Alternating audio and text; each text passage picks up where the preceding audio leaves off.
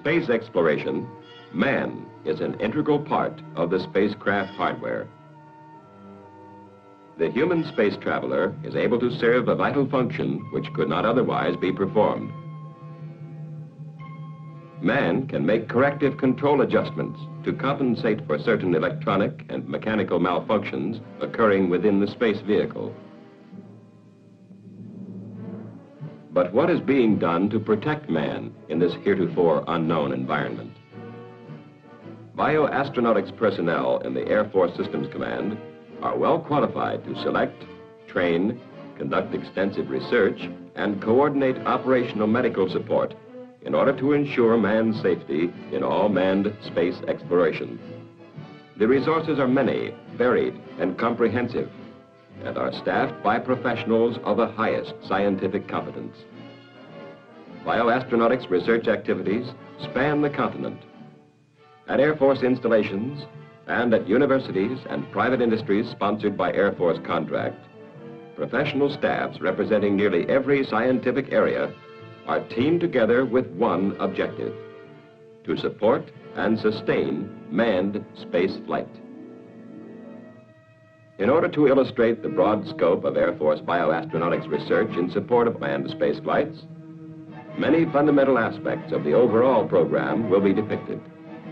In addition, applied research associated with the factors involved at launch, during short-duration low orbital missions, during prolonged space travel, and at re-entry will be demonstrated. But before man is exposed to any facet of space exploration, instruments are sent aloft to gather information. Then biological specimens, including animals, are subjected to intensive biomedical space research. Some are launched in these piggyback containers.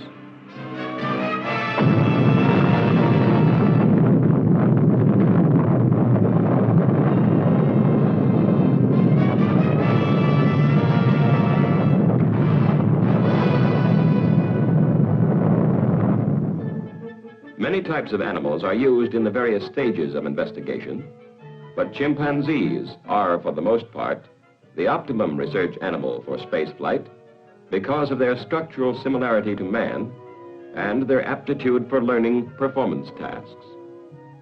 In the dry desert climate at Holloman Air Force Base, New Mexico, the Aeromedical Research Laboratory maintains a colony of over 50 primates for training and space environmental testing.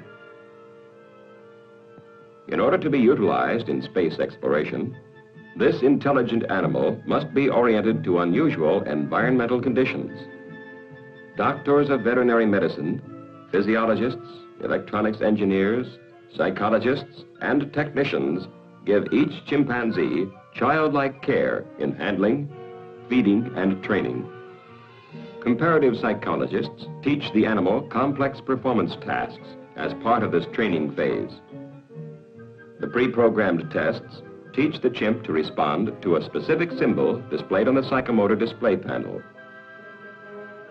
A food pellet or a sip of water is the reward for correct performance.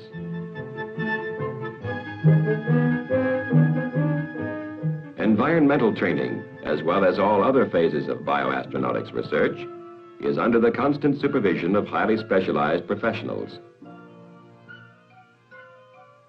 The chimpanzee precedes man in many phases of space exploration. New concepts of equipment must be tried and tested prior to placing man in the same environment. With this consideration in mind, Lockheed Missile and Space Company, Sunnyvale, California, working under Air Force contract, developed a primate capsule containing a closed environmental system, biomedical instrumentation, and a TV presentation monitoring system. Through successful application of data gained in the chimpanzee program and the concentrated efforts of the many interdisciplinary professions, life scientists are able to further their prime objective, the safety and functionality of the most complex of all missile subsystems, man. Prior to entry into the astronaut training program, the applicant must undergo rigid physiological and psychological acceptance examinations. Data collected in these tests by biomedical personnel are used not only in this evaluation, but are also stored for future reference baseline material. Initial baseline data acquisition is necessary for determining stress parameters or physical limits beyond which a human being could not safely proceed. After examining every aspect of the individual's clinical, physiological, and psychological state, the selectee is trained at the United States Air Force Aerospace Research Pilot School, Edwards Air Force Base, California. The astronaut must have adequate personal equipment which will offer protection during emergencies or when it may become necessary to leave the atmosphere of the capsule for any reason.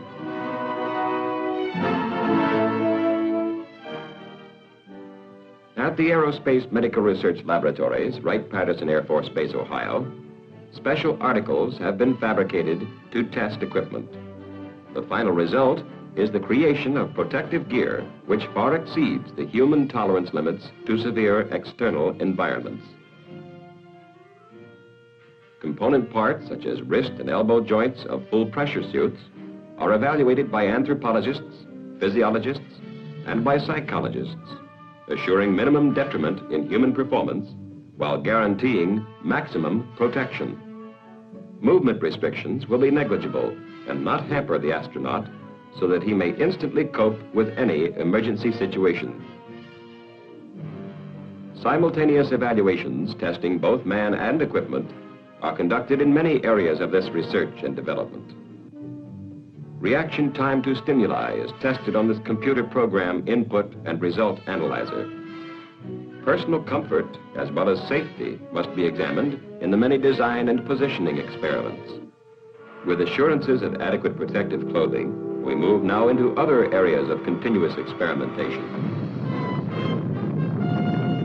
At launch, there are 4 almost simultaneous occurrences for which the astronaut must have protection: noise, vibration, toxicity, and high forces of gravity. Toxicity data gathered during launch explore the potential hazards of noxious fumes and chemicals on both the astronaut and ground technicians.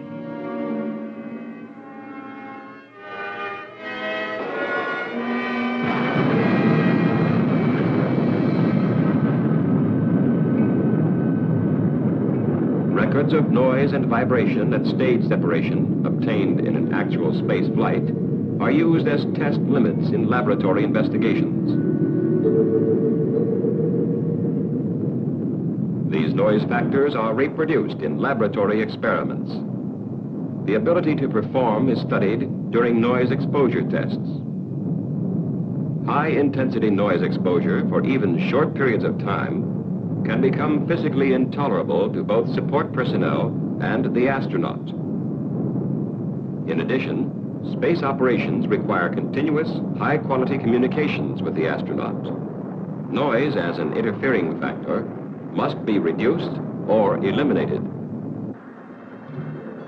Vibration occurs during the high engine performance period at launch and prior to the time orbital velocity is achieved. These vibrations can become so severe as to lead to physical incapacitation.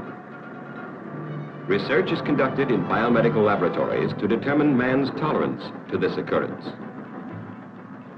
In addition, training and familiarization programs are designed which tend to reduce the effects of vibration on the astronaut's performance.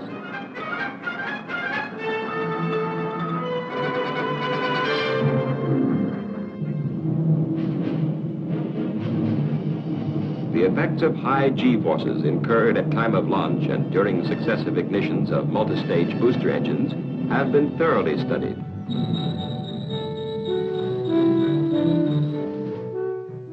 Human tolerance limits in various body positioning experiments have been established on the centrifuge.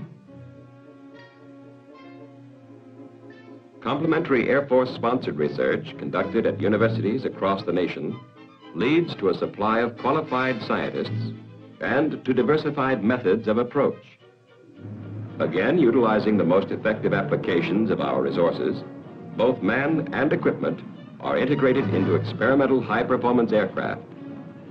At the Air Force Flight Test Center, Edwards Air Force Base, California, testing under severe flight conditions is conducted in the X-15. Physiological instrumentation records the pilot's tolerance to the stresses incurred in flight. New miniaturized instruments located at strategic recording points on the pilot's body transmit information to a transistorized relay package situated behind the cockpit. This physiological data is then telemetered to ground stations and relayed to the Medical Control Center for instantaneous readout. Thus, both men and new miniaturized equipment are tested for performance under flight stress conditions. The second phase of spaceflight experimentation is concerned with low orbital space flights and research conducted in weightlessness. This state of zero gravity occurs when the velocity of the spacecraft counteracts the Earth's gravitational pull.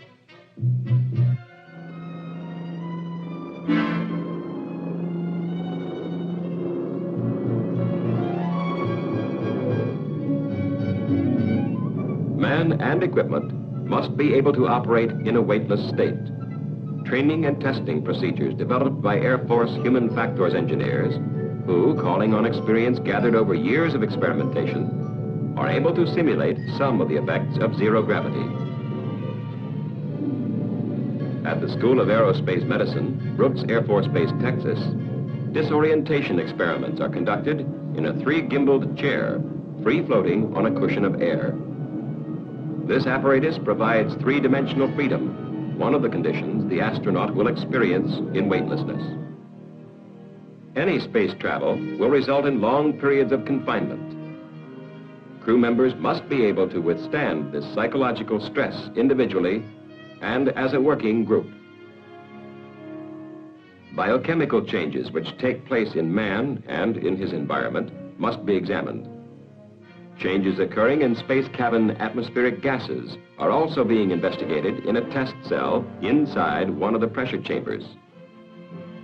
At the Aeromedical Research Laboratories, men and equipment undergo simulated space cabin confinement for the detection of changes in these ambient gases. Adequate oxygen supplies are an absolute necessity to sustain human life. A sensing device developed by the Air Force detects an insufficient supply of this vital element on a moment-to-moment basis.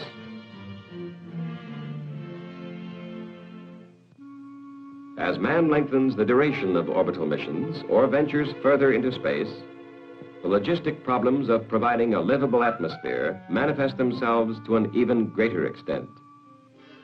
Utilizing nature's own method of recycling carbon dioxide through plant life, the photosynthesis, or generation of oxygen, is produced using algae or other forms of rudimentary plant life. Another method of supplying oxygen includes the utilization of body waste to feed the algae or catalyze the photosynthetic reaction.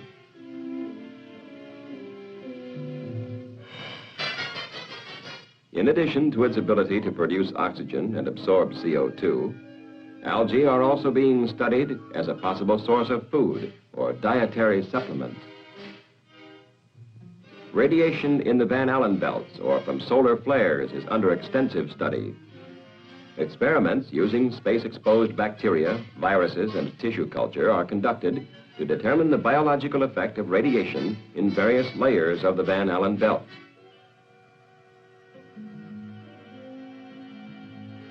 At Kirtland Air Force Base, New Mexico, development of a plastic man with the same atomic composition as human tissue enables scientists to accurately determine the depths of radiation penetration as well as doses without actual human exposure.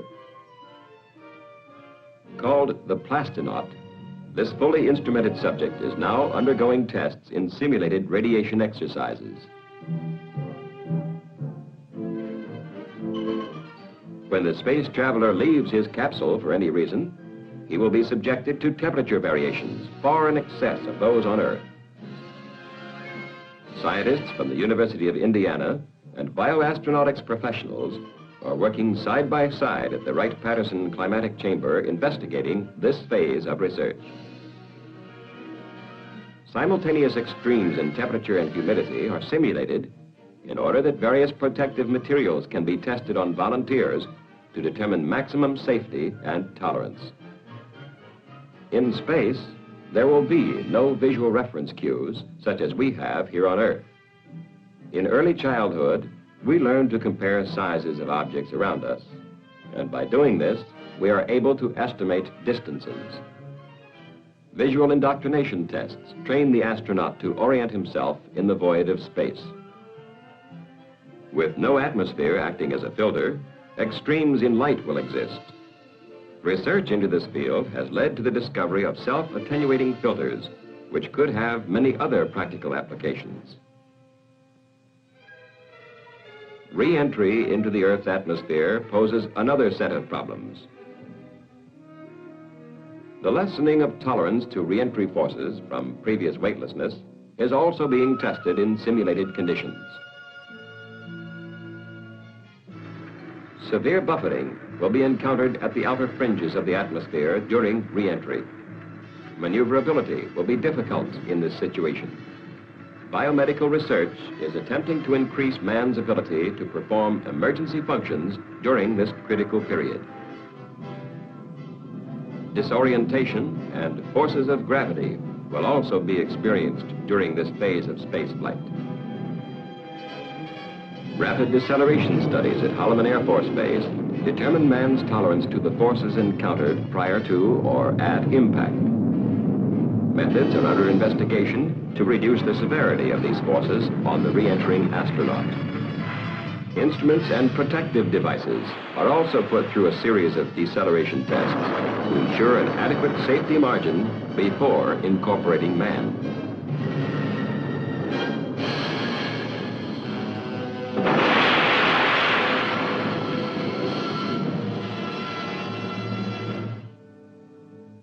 Restraining couch tests determine the best methods of positioning a human subject exposed to landing impact. Escape is essential throughout the entire space mission.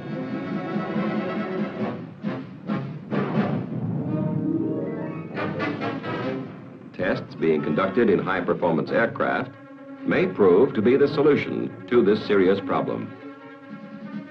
Under investigation is a method of encasing man in a capsule, which would protect him in an emergency escape situation occurring within the Earth's atmosphere. Bioastronautics activities in the manned space program do not end at the research phase, but continue throughout the entire program, extending into the operational support of all biological and manned space flights. From a strategically located converted blockhouse used as the forward medical station at Cape Canaveral, medical monitors are in constant electronic contact with the astronaut or the primate during countdown, launch, and flight. Medical specialists also monitor the flight proceedings from the astronaut preparation area. This facility is on a standby basis and is prepared to render instantaneous major medical support for any occasion that may arise prior to or at the time of launch. The bioastronautics unit coordinates the emergency recovery force at the Cape.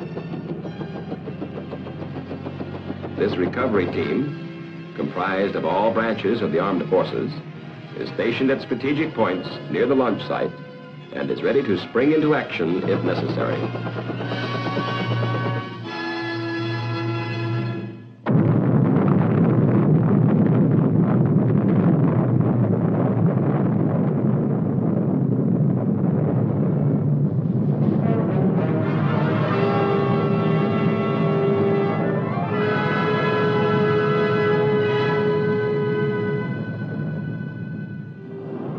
The advanced medical stations, such as the one at Grand Turk Island, are on a standby basis to render emergency medical assistance to the space traveler and as a facility for clinical examination of the astronaut following recovery in the planned impact area.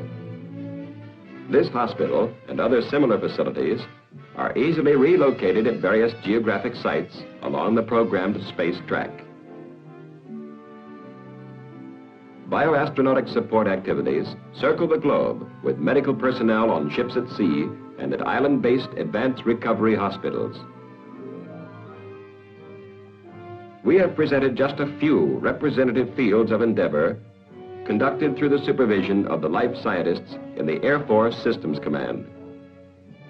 This activity requires the many technical disciplines of highly qualified specialists coordinating as a team with one objective: to effectively blend the intricate and complex subsystem, man, into the exacting high-performance spaceflight systems of tomorrow.